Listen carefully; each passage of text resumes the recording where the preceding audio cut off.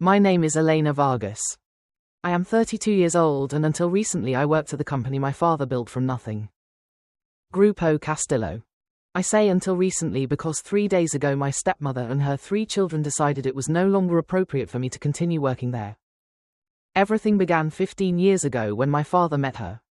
I was 17 and had just lost my mother to a long illness. My father Don Javier Castillo was a hard-working man who had built his manufacturing empire through effort and dedication. She entered his life when he was most vulnerable and before I realized that she had moved into our home with her 3 children. At first she pretended to be kind to me. "Elena darling, now we will be one big happy family," she would say while rearranging my mother's house as if it were her own. Her children were less subtle. The oldest boy constantly made comments about how he should inherit the company as the eldest son, completely ignoring that I was my father's biological daughter. Despite everything, I stayed focused on my studies. I graduated in business administration with honors and then earned a master's degree in operations management. My father was proud. He had always dreamed that I would continue his legacy. "My little businesswoman," he would say while teaching me every aspect of the company. "Someday all this will be yours."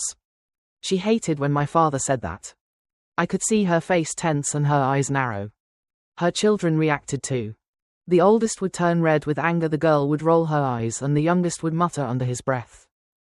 I worked in every department of the company, learning from the ground up. Unlike my step-siblings who expected executive positions just for being family, I wanted to understand every part of the business. Everything changed 2 years ago when my father suddenly fell ill. A heart attack left him in a coma for 3 weeks before he passed away. They were the hardest days of my life, but I barely had time to grieve. She and her children immediately began making changes in the company. The oldest named himself CEO despite having no experience or education in business management. The girl became marketing director even though her only experience was having many followers on Instagram. And the youngest, who had not even finished university, proclaimed himself financial director. They kept me in my position as operations manager but started excluding me from important meetings. "These are family matters," they would say as if I were not Don Javier Castillo's daughter.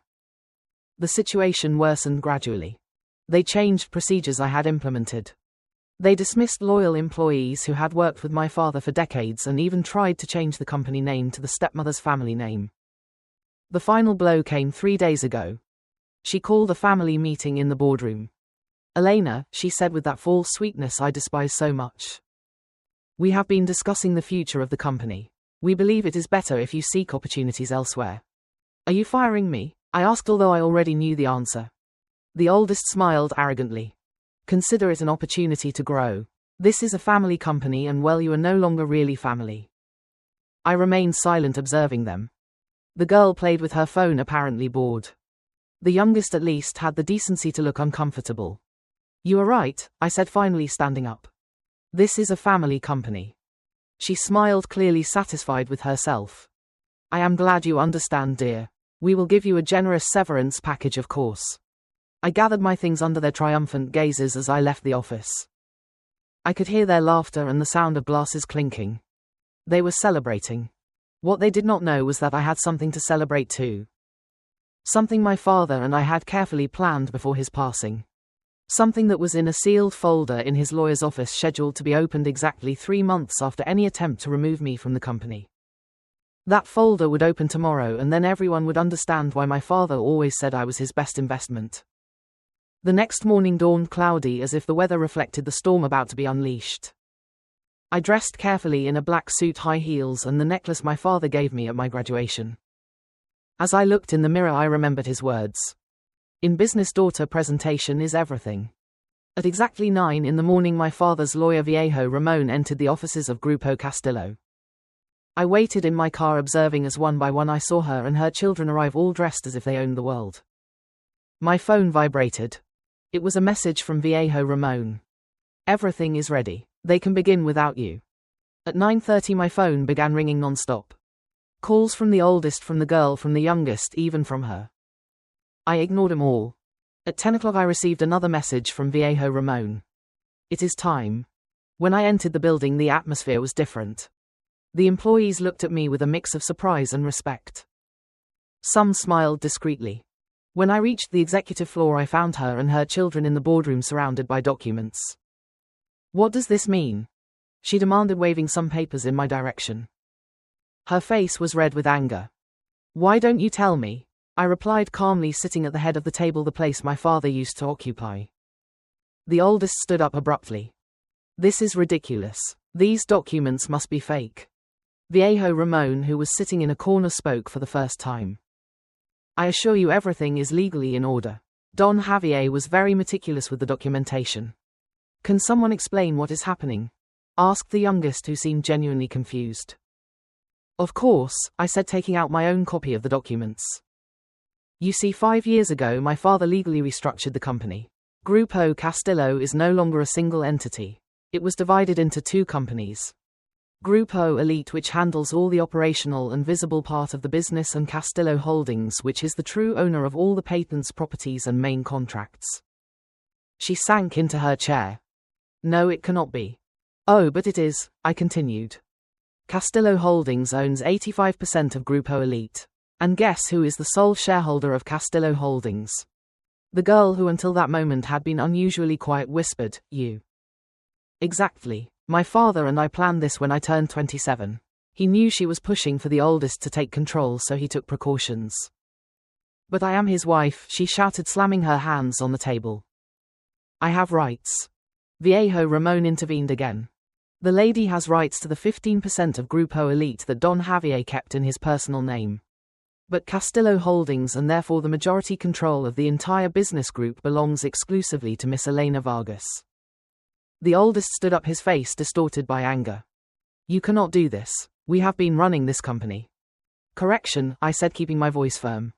You have been playing at running this company, and the results speak for themselves. I took out another set of documents. In the last 2 years, sales have dropped 30%. You have lost 3 major contracts due to failures. The stock value has fallen 45%. And most importantly, you dismissed 50 loyal employees without justified cause. The youngest at least had the decency to look ashamed. The girl remained silent, her phone forgotten on the table. What are you going to do? She asked, her voice barely a whisper. I stood up, slowly smoothing my suit. First, as majority shareholder, I am calling a board meeting for this afternoon. Second, all changes made in the last 2 years will be reviewed. And third, I paused, looking at them one by one. You have exactly 1 hour to collect your personal belongings and leave the building. You cannot throw us out, shouted the oldest. Actually, I can, and I am doing it. You can leave voluntarily or security will escort you. Your choice. She stood up, trembling with rage. This is not over. We will fight. With what money? I interrupted. The one you have been wasting from the company. I suggest you check your bank accounts. All corporate cards have been cancelled, effective immediately. The silence that followed was deafening. One by one they began to leave the room. Only the youngest stopped at the door. Elena, I am sorry, he said softly. I am too, Luis. I am too. The weeks that followed were intense. Rebuilding what she and her children had damaged would not be easy, but for the first time in 2 years I felt in control. The news spread quickly throughout the company. The employees who had been dismissed unfairly were the first to receive my call. Valeria, I said to one of our best production supervisors. Would you like to come back? With a raise, of course. Her voice broke over the phone. Miss Elena, I thought you had abandoned us. Never, I replied firmly. My father built this company by treating his employees like family, the true family.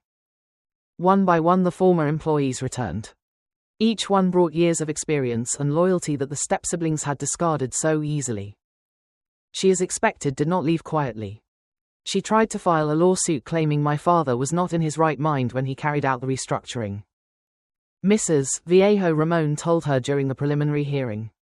I have 5 years of documentation, including regular psychological evaluations of Don Javier plus videos of all the meetings where the restructuring was discussed. Do you really want to continue with this? She withdrew the lawsuit the next day. The oldest was next. He tried to contact our main clients, telling them I had stolen the company. However, he did not count on the fact that these same clients had been unhappy with his management for the last 2 years. Your father would be proud, our oldest client told me during a business dinner. We are glad to see that Grupo Castillo is back in good hands. The girl simply disappeared from the scene, busy with her social networks and influencer life. From time to time she posted hints about family betrayal, but no one paid attention. The youngest was different. 1 month after everything happened, he appeared in my office. "I am not here to ask for my job back," he said quickly. "I just wanted to apologize, really apologize." I looked at him for a moment. Of the three, the youngest had always been the least antagonistic. "Why did you never sit down to really learn the business?" I asked. He shrugged. "Mother always said it was not necessary, that the oldest would take care of everything and we just had to exist. And now I am finishing my degree in finance. For the first time I want to earn things for myself." I smiled slightly. "When you graduate, send me your resume. I promise nothing, but if you show that you have changed." His eyes lit up. "Thank you, Elena." 6 months after regaining control, Grupo Castillo had not only recovered its position in the market but was growing more than ever. I implemented new production systems, modernized the plant, and established a continuous training program for all employees. One afternoon, while reviewing some documents in the office that once belonged to my father, I found a letter in one of his old accounting books. It was addressed to me. "My dear Elena, if you are reading this, it means the plan worked. I never doubted you, daughter. From the day you were born, I knew you would be stronger and smarter than me." She and her children never understood that a company is not just about titles and power. It is about responsibility, about caring for the people who trust you, about building something that lasts longer than oneself. You understood it from the first day I brought you to the factory when you were barely 10 years old, and you were fascinated watching how everything worked. Forgive me for not being firmer with her, for not stopping her manipulations sooner, but I knew you needed to learn for yourself how to handle difficult situations. The business world is not easy, and I wanted to make sure you were prepared. I am proud of you, my little businesswoman. I always will be. With love, Dad. Tears ran down my cheeks as I read the letter again and again. Suddenly all the stress, all the struggle, all the pain was worth it. I placed the letter in a frame and hung it in my office next to the first photo my father and I took at the factory. It is a daily reminder that the true legacy is not about blood or last names, but about values, hard work, and love for what you do. She and her children wanted a family company, but they never understood that a true family is built with respect, not with manipulation. Grupo Castillo remains a family company, but now the family includes every employee who puts their heart into their work. And every morning when I enter the factory and hear the hum of the machines, the cheerful greetings of the workers, I feel that my father is with me, smiling, because in the end he was right. It is not about what you have, but about how you build it and with whom you share it. Thank you for listening to today's story. Don't forget to like, share, and subscribe to support the channel. See you in the next story.